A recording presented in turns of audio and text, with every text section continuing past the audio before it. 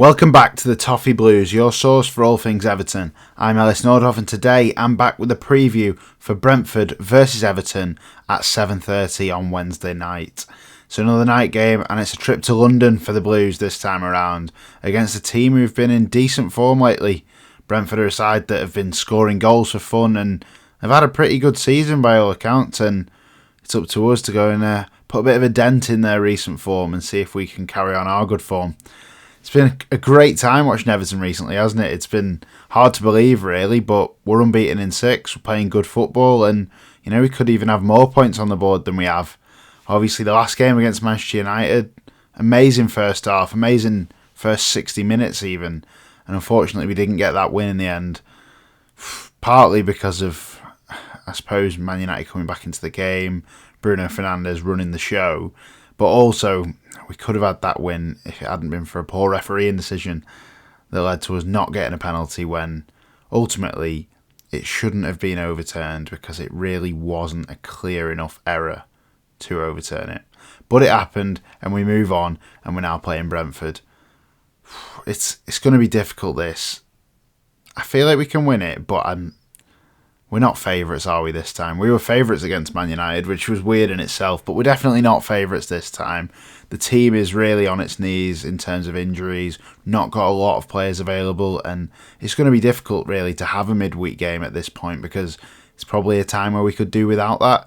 But we have to get through it, and once we do get through it, we've then got a break for a good 10 days or so. So if we just put everything into this game, then fingers crossed we can get something and have a bit of a break, get some players back.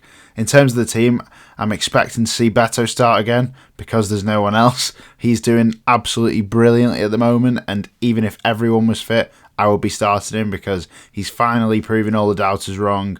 I always believed in Beto, and he is absolutely delivering right now.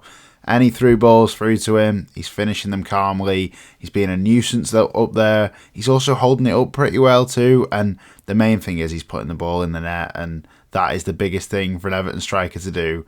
And Beto's doing it. So Beto is definitely in that team. You've then got a few decisions to make about the midfield. Can you flog Idrissa Gana Gueye out every single game for nearly 90 minutes? Or do you give him a break in this kind of midweek fixture? Could be an opportunity to rest Garner here. Timur Abunam obviously be itching for a start as well, back from injury now. Will he maybe want to get a game here? I imagine so, so you could see that. James Garner, don't think he's been great in recent weeks. He's not been bad. He's doing the quiet stuff okay, but he isn't really excelling, I suppose. So maybe Tim could come in for him perhaps. Maybe he needs a bit of a break. But it's one of them games where it's midweek, so you think to rotate, but then you look ahead and think, well, there's not many games for ages after, so we may as well just go full throttle at it. So it's an interesting one. And then the big decision again is Alcaraz or Doucouré. I think we saw why Doucouré probably was the right choice against Man United.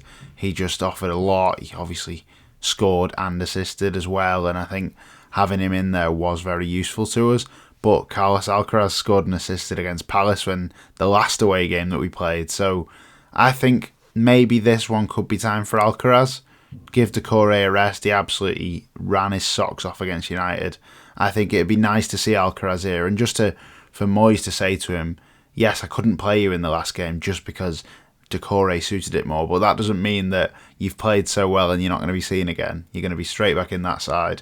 So hopefully he is in this game. I'd love to see him, and I think he deserves another chance because Carlos Alcaraz is looking pretty good for us at the minute. He's got the flair, he's got a bit of passion about him, and he even fights stewards and police, which is interesting, but he seems an interesting guy, doesn't he? And I'm sure one that Evertonians will end up loving. He seems to have that real South American passion and flair, so if we could see him in this game, that would be nice as well.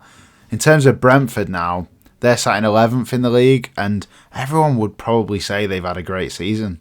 But we're not that far away from them. We're 6 points off Brentford, so maybe that just shows the incredible job David Moyes has done.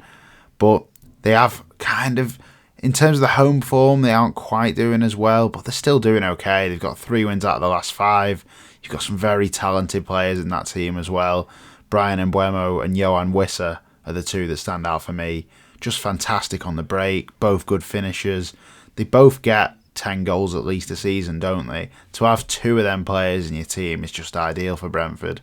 I'd be surprised if they stay long term, but it's just fantastic for them to have them right now, isn't it, really? And I think I look at Brentford now and think the fact that we are that close to them means that maybe we have been overestimating how good they are.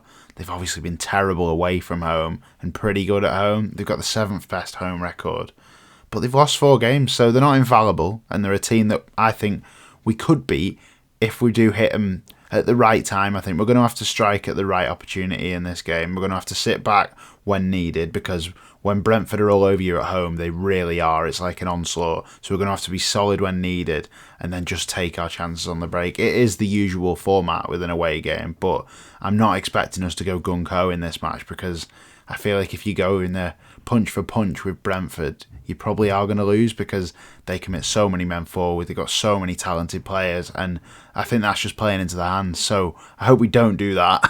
But they are a very good side, of course. But who's to say we're not a good side now? Yes, we're not perfect, but David Moyes has come in and he's been a revelation for us. He's been absolutely fantastic to the way this team's playing. The reins are off. We're trying to win football matches now, and suddenly we're good to watch again. And we're going into this game thinking, yes, we can give Brentford a game. Why couldn't we give Brentford a game? Of course we can. We're 6 points away from them, and we're now looking up rather than down, and Brentford are one of the teams above us, so we need to look at this as an opportunity to catch them. We would go 17 points clear of the bottom 3 if we won this game. We're already 14 clear, so let's go and just completely forget about any sort of relegation worries after this. Go and get a win, and you probably don't even have to even think about relegation again. So I think we can do it. I think the night game in London, the aspect of like under the lights, not the Goodison lights, but the Brentford lights, they'll be up for that. But we've got a good record in London away from home, so I'm not ruling this out for us. I even think a draw would be okay, to be fair. A 2-2 perhaps. We've had a few of them lately, and we know that Brentford like scoring goals. I'd probably take a draw here. I feel like that would be a decent result. But then why not go for the win? If you can win, get within 3 points of Brentford, suddenly you're closing in on them. And imagine if you go above Brentford. I don't want to get ahead of myself, but to be like leapfrogging these teams after the position we were in, it's a massive turnaround from Everton, and we seem to be looking up now rather than down, and we're pushing up the table a bit more. So I'm going to be positive for this one. I think the midfield battle will be a big reason as to whether we win this or not. Can Idrissa Gueye and James Garner or Tim Irabunam outplay Janelt and Norgard? I think they can on the day. I think Idrissa Gueye can be like 2 players for us at a time. So I think we can do this. I'm going to err on the side of caution though, because I feel like last time I think some away fans weren't too impressed when I put Everton to beat someone they maybe shouldn't. But, you know, I don't think we will win it, so I'm not going to go and just say we're going to win it every time. I think it's going to be a good game, we're going to have a good performance, and we're going to get a nice away point. And then we can have a nice 10 days before the Wolves game to just get some players back, because the fact that we're doing this sort of form at the minute anyway is unbelievable. But the fact that we're doing it with our squad absolutely down to the last legs of the team is really incredible, and it's a credit to David Moyes and a credit to the team. But that is all from your match preview today. I do hope you've enjoyed. Let me know in the comments what you think the result's going to be. Are we going to get that win? Another win? It seems like we're just getting too many at the minute. Every game that goes by, I start to think, well, we can't win this one if we won that one. And then we do. So who knows what's going to happen. Fingers crossed, though. And also, let me know what your team would be. Would you put Alcaraz in, or would you stick with Decore? But thank you very much for watching. Catch you next time.